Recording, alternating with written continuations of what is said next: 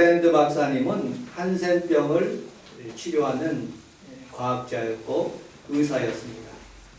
그는 인도에서 20년 동안 그리고 미국에서 30년 동안 그렇게 한센병, 그러니까 문둥병만 이렇게 고치는 그런 의사였습니다. 말초신경이 썩어가고 그리고 피부가 썩어가더라도 전혀 통증을 못 느끼는 그런 질병이 문둥병, 한센병입니다. 그런데 경악스러운 일이 있었습니다. 그 한센병으로 고생하는 사람들이 병실에서 있는데 이 쥐들이 나타나가지고 밤에 그의 손과 발을 갉아먹어도 전혀 통증을 모르고 자는 그런 모습을 보면서 아, 이곳이 지옥이구나 하는 그런 생각이 들었다고 합니다. 그는 여행차 미국에서 런던으로 가게 되었습니다. 런던에서 호텔에 도착하여서 쉬고 있는데 아주 뾰족한 볼펜으로 자기 발에 이상한 감각이 없어서 찔러보았다고 합니다. 그런데 전혀 통증을 못 느끼고 아픔을 못 느끼게 되어서 아, 이제 나도 한센병을 치료하는 의사로서 나도 이렇게 전염되었구나 하고 절망하고 그리고 잠을 청하고 다음날 아침에 병원을 가기 위해서 그렇게 마음에 결심하고 잠을 자게 되었습니다. 근데 아침에 일어나서 다시 그 뾰족한 것으로 볼펜으로 자기 발을 콕콕콕 쑤셨더니 너무너무 아프다. 왜 이렇게 아프지? 하면서 고통 가운데 번뜩 하나님께서 주시는 생각을 그에게 가지게 되었답니다. 하나님이 이렇게 아플 수 있도록 통증을 느낄 수 있도록 그렇게 통증에 대한 감사를 주시니 감사합니다. 내가 이렇게 아픔을 통해서 아, 내가 이렇게 병들어가고 있구나 하는 것을 느끼게 하시니 감사합니다. 라고 그렇게 자기의 저술에 써여 있는 것을 읽어보았습니다. 죄악이 관영하고 내 몸속에서 악한 것이 다 범람하더라도 나는 마음에 통증이 없이 살아가는 사람들을 보면서 그는 통곡했다고 합니다. 마치 문둥병자가 쥐들이 자기의 손과 발을 갉아먹어도 느끼지 못하고 그렇게 영적으로 살아가는 사람들을 보면서 깨닫게 하는 그런 놀라운 하나님의 은혜의 그런 예화였던 것을 읽어보면서 참 은혜를 받았습니다. 저는 종종 이렇게 인터넷에 동영상을 가끔 봅니다. 우리 손흥민 선수가 골인을 넣었을 때 참 우리나라 국가대표가 야구나 축구에서 이겼을 때 만약에 모르고 있었다면 그것을 그 조조한 마음으로 아마 지켜보고 있었는데 저는 그냥 감각 없이 졌는지 이겼는지 잘 모르고 그냥 깊은 잠에 자서 아침에 일어나서 잠깐 동영상을 보면 이겼으면 얼마나 행복한지 모릅니다. 여러분들 어떤 사건에 대해서 내가 이 사건에 대해서 정확하게 알고 내 이 사건에 대해서 분명히 알고 있었을 때 어떤 환난이 다가오고 어려움이 다가올지라도 우리는 이겨놨으니까 능히 이길 수 있다 하고 그렇게 극복할 수가 있는 것이죠. 우리 주님 오늘 이 본문에 있는 말씀이 우리에게 천년왕국을 주시겠다는 거예요. 그리고 우리가 이겼다는 거예요. 그래서 우리는 하나님 앞에 살아가면서 연속곡을 보면 여러분들 어떤 연속곡을 보는지는 잘 모르겠지만 연속곡을 보면 초조하게 사람들이 울고 불고 그리고 긴장되어 그렇게 영화를 보는 그런 사람들이 있지만 그러나 결말을 알고 보면 여러분 담담하게 볼 수가 있는 것이죠. 우리 주님께서 여러분들 가정의 천년왕국으로 그리고 여러분들 삶의 풍성한 은혜로 분명하게 다가올 것을 믿고 믿음으로 예배드리시는 귀한 성도들이 다 되시기를 주님의 이름으로 축복합니다. 아멘.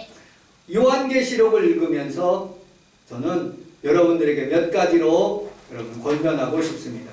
요한계시록은 왜 썼는가? 여러분들 초대교회 시절에 수많은 사람들이 박해를 하고 어려움을 당하고 있는 그런 상황 가운데 있었습니다. 그런데 그들은 토굴 속에 살고 그 다음에 카타콤에서 여러 환경 속에서 막 핍박 가운데 사자굴 속에서 죽어가는 그런 상황 가운데 있는 성도들에게 우리 하나님께서 요한계시록을 통해서 아파클라테스, 여러분 모든 사람들이 이것을 듣고 마음의 위안을 받고 천국이 있다는 것을 믿고 그들에게 소망을 주기 위한 그런 하나님의 말씀인 것입니다. 처음에는 이것이 너무 어려워서 정경으로 받아들이지 않았습니다.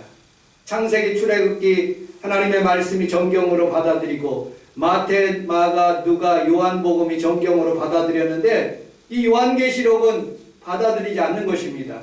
왜냐하면 너무 애매모호하고 어렵기 때문에 하나님의 말씀으로 받기에는 정말로 어려웠던 그런 하나님의 말씀입니다.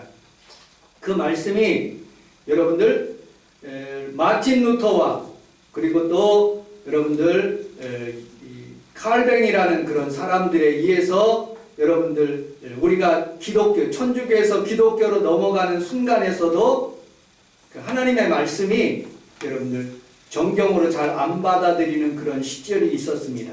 그래서 주석 같은 거는 여러분들 칼뱅이라든지 루터가 쓰지 않는 그런 모습을 보게 됩니다. 그런데 이 하나님의 말씀이 요한계시록이 하나님의 말씀으로 받아들이면서 많은 사람들에게 소망을 주고 하나님이 우리에게 기쁨을 주는 책인 것을 우리가 발견하게 된 모습을 보게 됩니다. 요한계시록은 누가 저자이냐? 대부분의 성경학자들은 이렇게 정의하고 있습니다. 사도 요한이 요한복음을 쓴 요한 1, 2, 3서를 쓴 그런 사도 요한이 저자라고 예전에는 그렇게 알았습니다. 그런데 지금 현대 신학자들은 그렇게 생각하지 않습니다. 현대 신학자들은 동명이인인 요한이라는 그런 장로님이 하나님의 말씀을 썼다고 그렇게 받아들이는 그런 신학자들도 상당히 많은 모습을 보게 됩니다. 자, 오늘 천년왕국에 대해서 함께 우리 3절, 4절을 같이 한번 읽어보도록 하겠습니다. 4절만 같이 읽어보도록 하겠습니다. 4절 시작.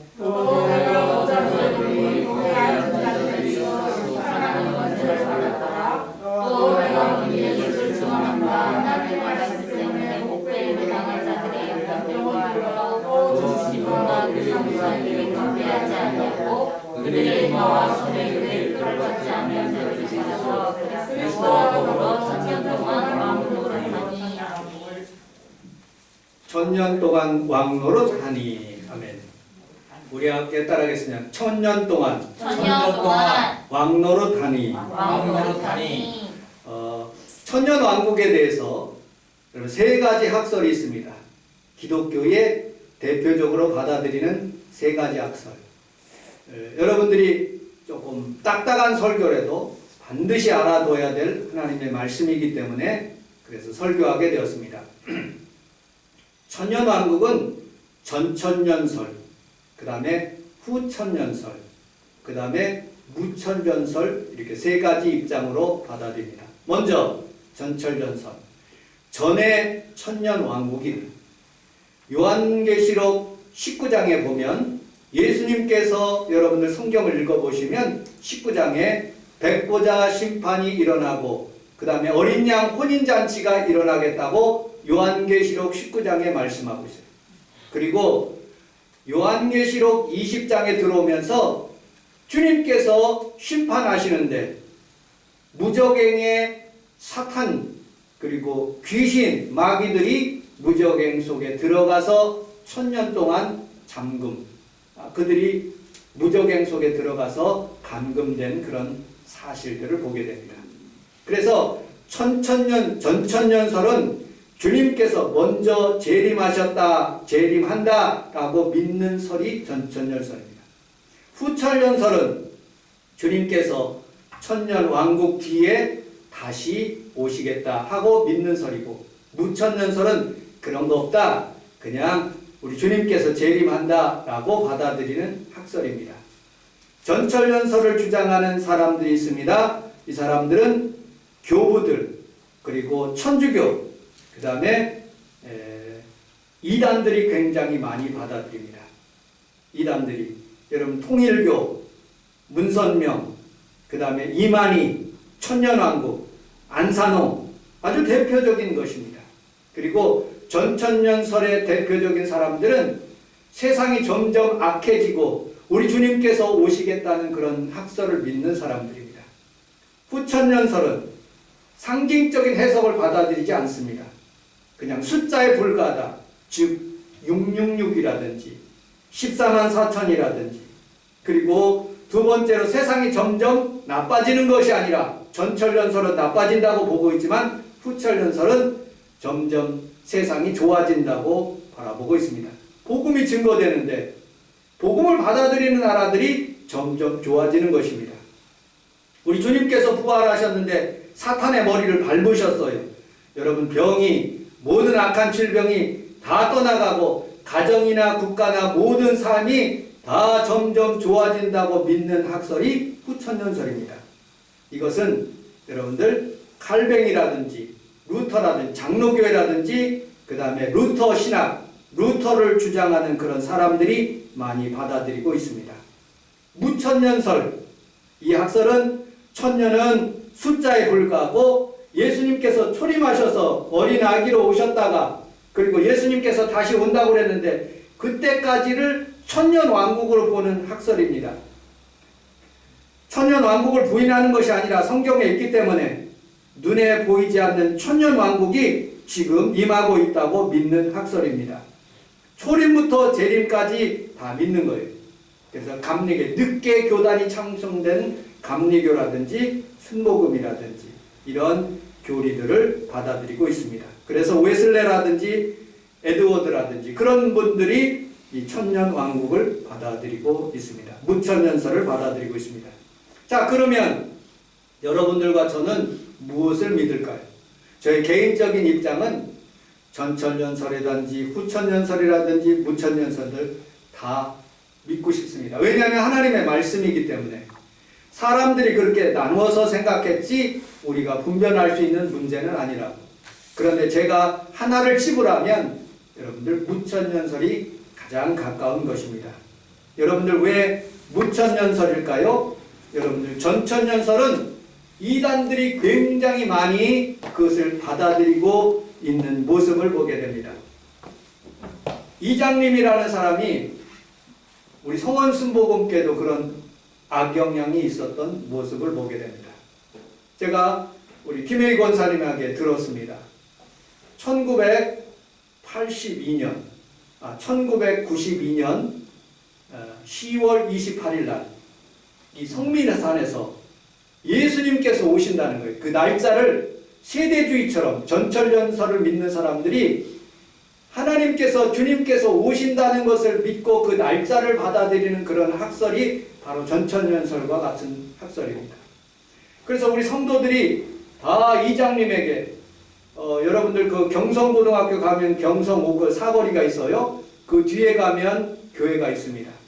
그 교회의 이장님이가 다른 사람들 다 책을 내가지고 다가올 미래라는 그런 책을 떼가지고 사람들을 다 그렇게 현혹하게 만드는 거예요. 제가 신학을 다녔을 때도 사람들이 다가올 미래에 대해서 그 책을 읽고 사람들이 빠져가지고 우리 목사님 되는 분들이나 전도사님 되신 분들이 주님 그때 오시면 어떡할까 불안해했던 그런 기억들이 제게도 있는 모습을 보게 됩니다. 날짜를 말하거나 여러분 이단들이 여러분들 전천년설과 같이 그렇게 주장하는 그런 사람들이 있으면 그건 조금 다시 생각해 봐야 될 문제입니다. 두 번째, 후천년설을 받아들이는 사람들이 있습니다. 이 후천년설은 어떤 사람들이 점점 세상이 좋아진다고 그렇게 생각을 하거든요. 근데 여러분 좋아지기는 하는 거예요. 그런데 육적으로나 영적으로 사람들이 육적으로는 사람들이 편해지고 여러분들 물질적으로 굉장히 많아지지만 정신적으로는 점점 악해지는 모습을 보게 됩니다. 그때 마침 뭐가 일어나느냐? 세계 제1차 세대전이 일어났어요. 세계 제2차 세대전이 일어났어요.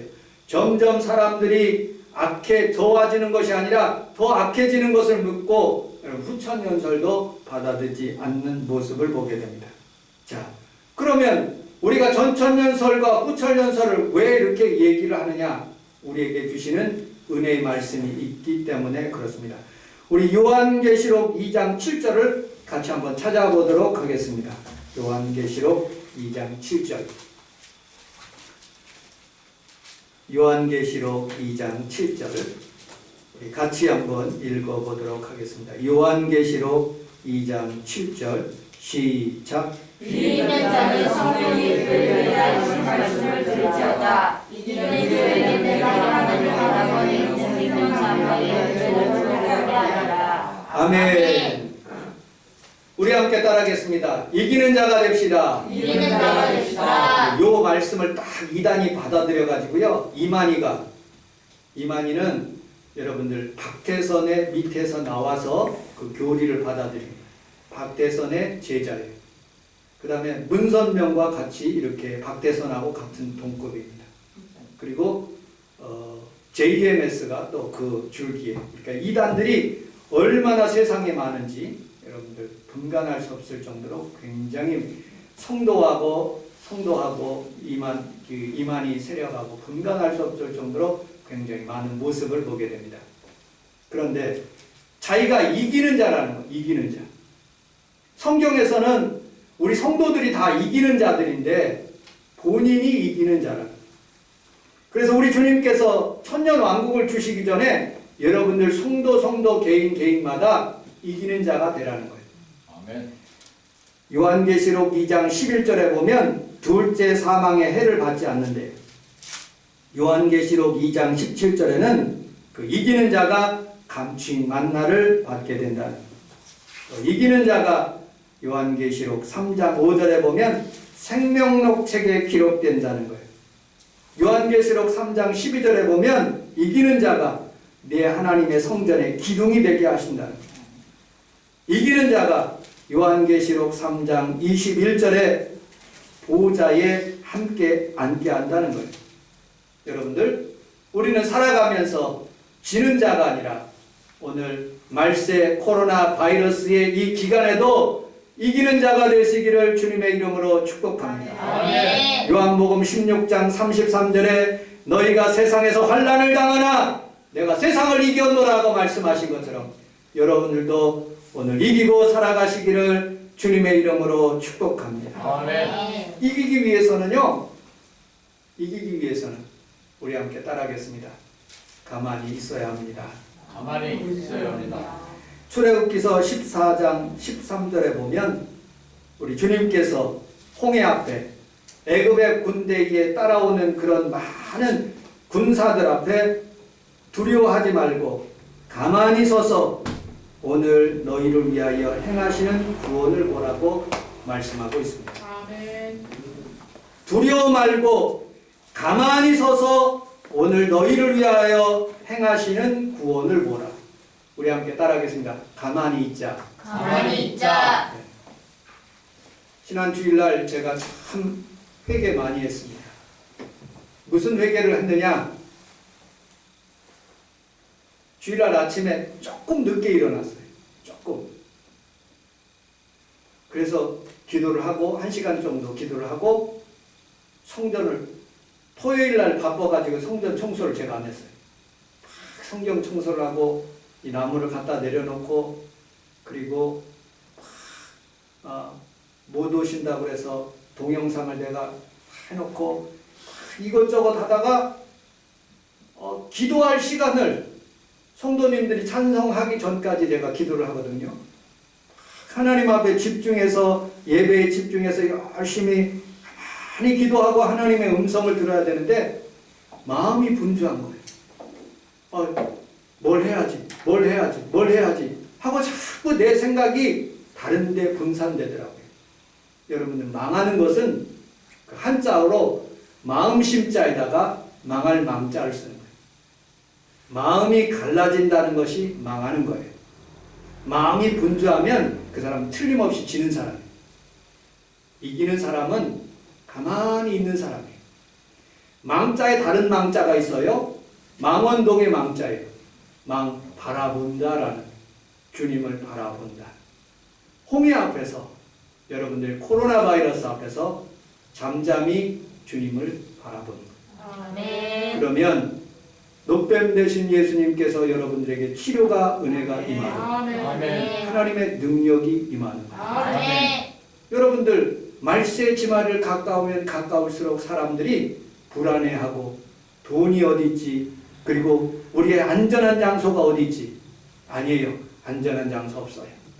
여러분들, 우리는 가만히 우리 주님을 바라보는 그 순간에 우리 주님께서 홍해의 문을 열어주시는 거예요. 내가 생각하지 않는 그 바다 및 그 길로 열게 하시는 거예요. 여러분, 우리 성원순복음교회에 예배드리러 오셨어요. 무엇하러? 예배는 가만히 주님을 생각하는 거예요. 하나님의 말씀을 가만히 듣고 내가 이렇게 살아야 되겠다고 마음에 결심하는 거예요. 오늘 우리 하나님 앞에서 여러분들의 가정의 천년왕국이 되고 여러분들이 삶의 천년 동안 하나님께서 축복의 삶을 살기 위해서는 가만히 있어 주님을 바라보고 이기는 자가 되시기를 주님의 이름으로 축복합니다. 아멘. 그러면 그 구원이 여러분들에게 임한다니까요.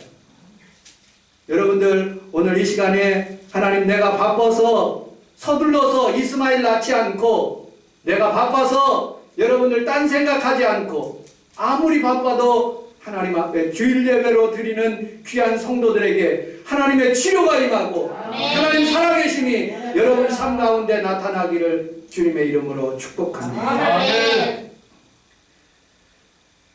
또 요한계시록은 우리에게 주는 영적인 두 번째 의미가, 천년왕국을 주시는 하나님의 목적은 여러분들 그 의미가 있어요. 요한계시록 3장 12절에 보면 볼지어다 내가 문 밖에서 두드린다고 말씀하고 있어요. 너의 마음의 문을 열면 내가 너에게 들어가서 너와 함께 산다는 거예요. 저는 설교를 타이핑을 잘 합니다. 꼭 타이핑을 해서 프린트를 해갖고 암기를 해요. 그런데 몇 번이고 한 1년에 한 3-4번 되는 것 같아요.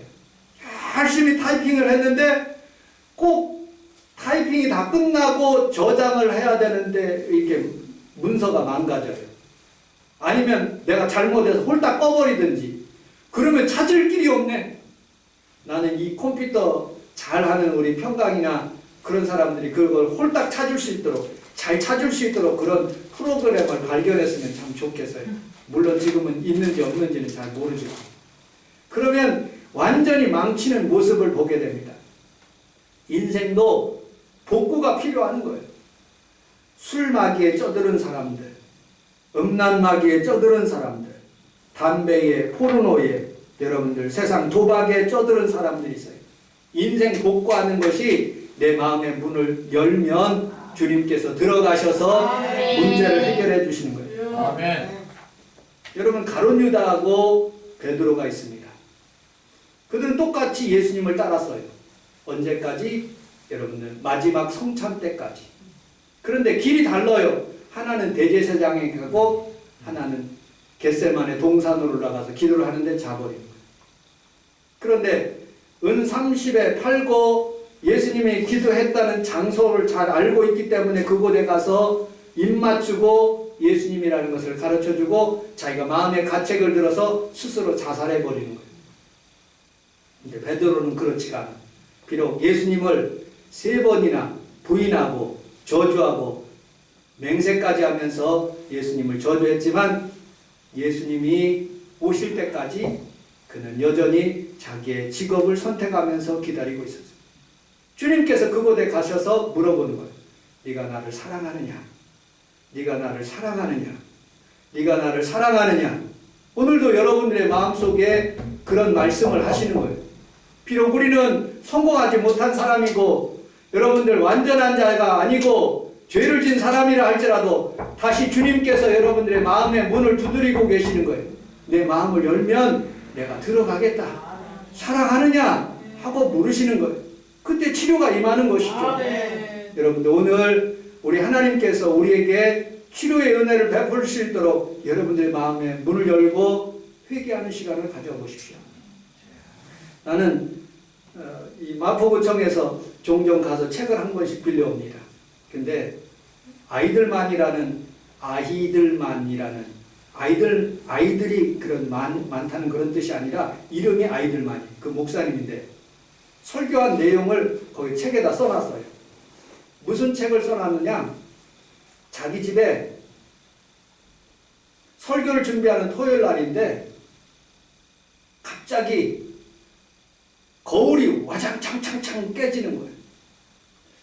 왜 깨졌지? 가서 보니까 자기가 걸어놓은 그 홈에다가 걸어놓은 그 유리가 거울이 쫙 그냥 밑으로 내려와서 깨져버린 거예요.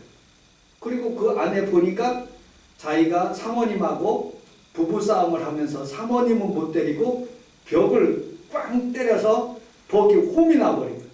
이게 그 홈난 자국을 감추기 위해서 성도들한테 감추기 위해서 거울을 이렇게 걸어놓은 거예요. 이 설교를 할까 말까 먼저 사모님한테 얘기를 해. 사모님, 제가 주일날 이 설교를 할까요? 사모님 허락하시면 내가 하겠다고. 그래서 하나님의 뜻이고 또 하나님께서 원하시는 그런 설교이기 때문에 하셔도 괜찮다고. 우리 가정만 저런 구멍이 있는 것이 아니라 성도들의 가정에도 틀림없이 저런 구멍이 있을 거니까 그렇게 설교하라고. 그래서 자신감을 가지고 사모님한테 승낙을 받았으니까 자기가 그런 한 주간에 있었던 그런 일들을 설교를 한 거예요. 그런데 설교를 듣다가 남자들이 고개를 숙이는 거예요. 그리고 은혜를 받은 거예요. 그리고 예배를 끝났어요. 남장 성도들이 은혜를 받았다고 하시면서 자기한테 다가오면서 5명이 다가오더래요. 목사님, 귓속말로 우리 집에는 침대에 구멍이 있습니다. 그렇게 얘기를 하는 거예요. 우리 집에는 화장실에 구멍이 있습니다. 하고 정직하게 얘기를 하면서 하나님 앞에 회개기도 하고 다시 일어날 수 있도록 그렇게 이기는 자가 되게 하시는 그런 모습을 보면서 설교를 그렇게 쓴 모습을 보게 됩니다. 여러분들, 우리는 다 아무것도 죄 안 짓는 사람처럼 이곳에 왔지만 우리는 다 죄인이에요. 하나님 앞에 부족한 사람들이에요. 우리는 천년왕국에 그저 들어갈 수가 없는 사람이에요. 우리는 잘 이기지도 못해요. 날마다 실수할 수 있습니다.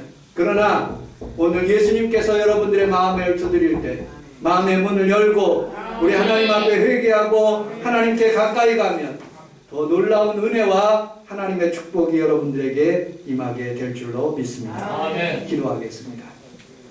하나님 아버지 고맙습니다. 천년 왕국에 대해서 함께 은혜를 나눴습니다. 이기는 자가 들어갑니다. 포기하지 않으면 들어갑니다. 하나님 주님 다시 사랑하고 주님 다시 고백하면 또 하나님 아버지 이기게 될 줄로 믿사오니 우리 주님께서 오늘 치료의 은혜를 더하시고 하나님 아버지 응답의 은혜를 더하여 주옵소서. 예수님 이름으로 기도합니다. 아멘. 우리 말